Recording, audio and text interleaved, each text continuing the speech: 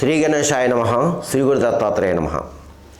ఈ వీడియోలో మనం ఈ రోజున మే మాసంలో 12 రాశులకి ఎలా ఉందో తెలుసుకుందాం. ప్రథమంగా మేషరాశి.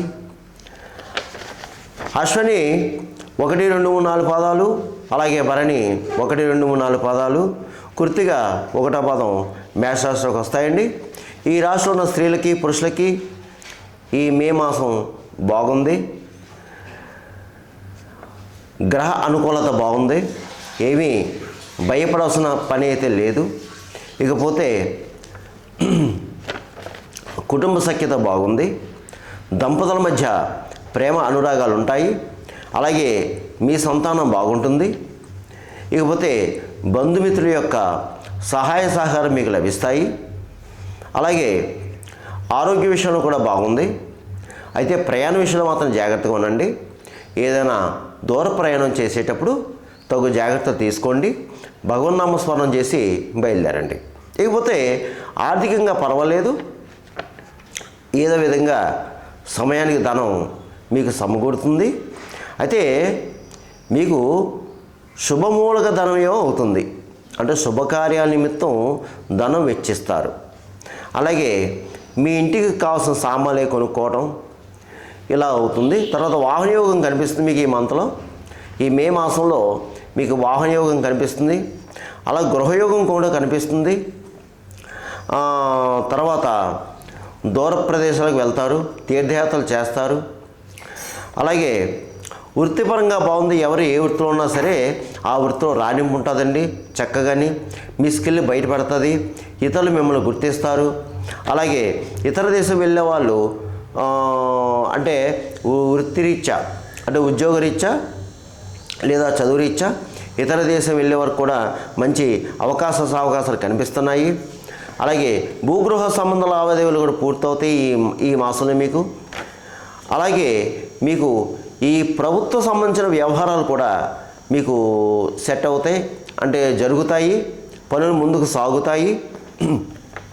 అయితే మీరు ధైర్యంగా అడుగు ముందుకు వేయాలి, మనోనిబ్బరంగా ఉండాలి. అయితే ధర్మబద్ధంగా ఉండండి, న్యాయబద్ధంగా ఉండండి. అబద్ధం సాక్ష్యం చెప్పొద్దు, సాక్షి సంతకం చేయవద్దు.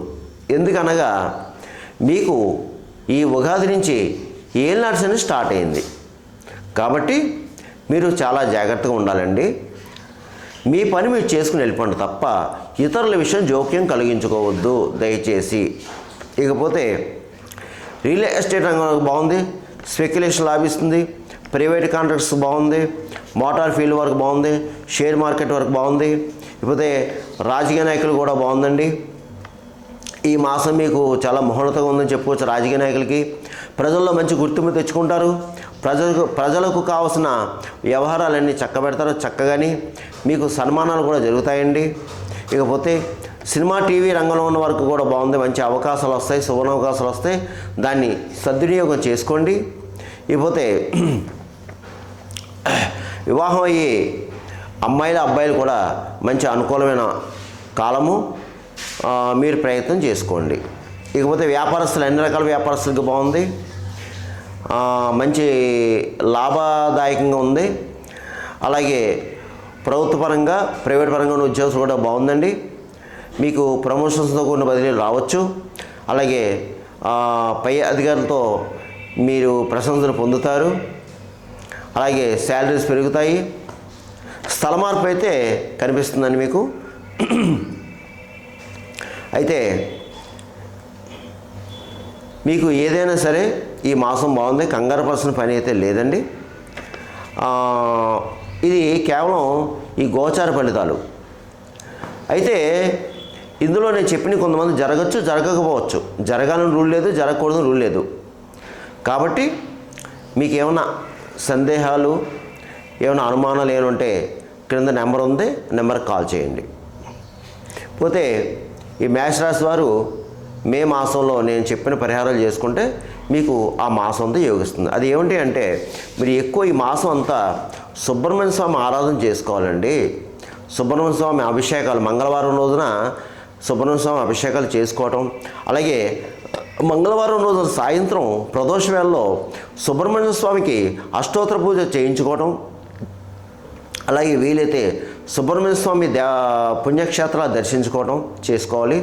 అలాగే ఒకసారి శని భగవానికి తైలాభిషేకం చేయించుకోండి. అంటే నెలలో ఒక శనివారం శని భగవానికి తైలాభిషేకం చేయించుకోండి. ప్రతిరోజు కూడా హనుమాన్ చాలీసా చదువుకోండి, లేకపోతే వినండి. హనుమాన్ దండకం చదువుకోండి, లేకపోతే వినండి. అలాగే సుబ్రహ్మణ్య స్వామి కరావళ స్తోత్రం ఉంటుంది, అది కూడా చదువుకోండి. ఇకపోతే మూగజీవులకు ఆహారం పెట్టండి. మూగజీవులు అంటే పావురాలకి జొన్నలు వేయండి, కాకులకి తీపన్నం పెట్టండి, కుక్కలకి బిస్కెట్లు పెట్టండి, పెరుగన్నం పెట్టండి, చాలా మంచిది. అలాగే భిక్షగాలకి ఆహారం పెట్టండి, ఎంతో కొంత ధనాన్ని సమర్పించండి. ఏదో ఒక 10 రూపాయలు 20 రూపాయలు ఇవ్వండి, చేతిలో పెట్టండి. అలాగే మీరు ఒక మంగళవారం మాత్రం ఎర్రటి కందులు ఎర్రటి వస్త్రంలో మూట కట్టి అక్కడ దేవాలయంలో అయ్యగారికి దానం ఇవ్వండి, ఒకే ఒక మంగళవారం. తర్వాత గోసేవ చేసుకోండి. గోవుకి పచ్చగడ్డి తినిపించండి, లేకపోతే ఆకుకూరలు తినిపించండి, క్యారెట్ తినిపించండి, గో ప్రదక్షిణ చేయండి. ఇక మీరు వీలైతే రుద్రాభిషేకం కూడా చేయించుకోవడం ప్రయత్నం చేయండి. ఒక సోమవారం రుద్రాభిషేకం కూడా ప్రయత్నం చేయండి. కాబట్టి ఈ మేషరాశి వారు ఏవి కంగారు పర్సిన పని అయితే లేదు. ఈ మే మాసం అంతా బాగుంటుంది మీకు. సర్వేజన సుఖనమవంతు, శుభమవతు, స్వస్తి.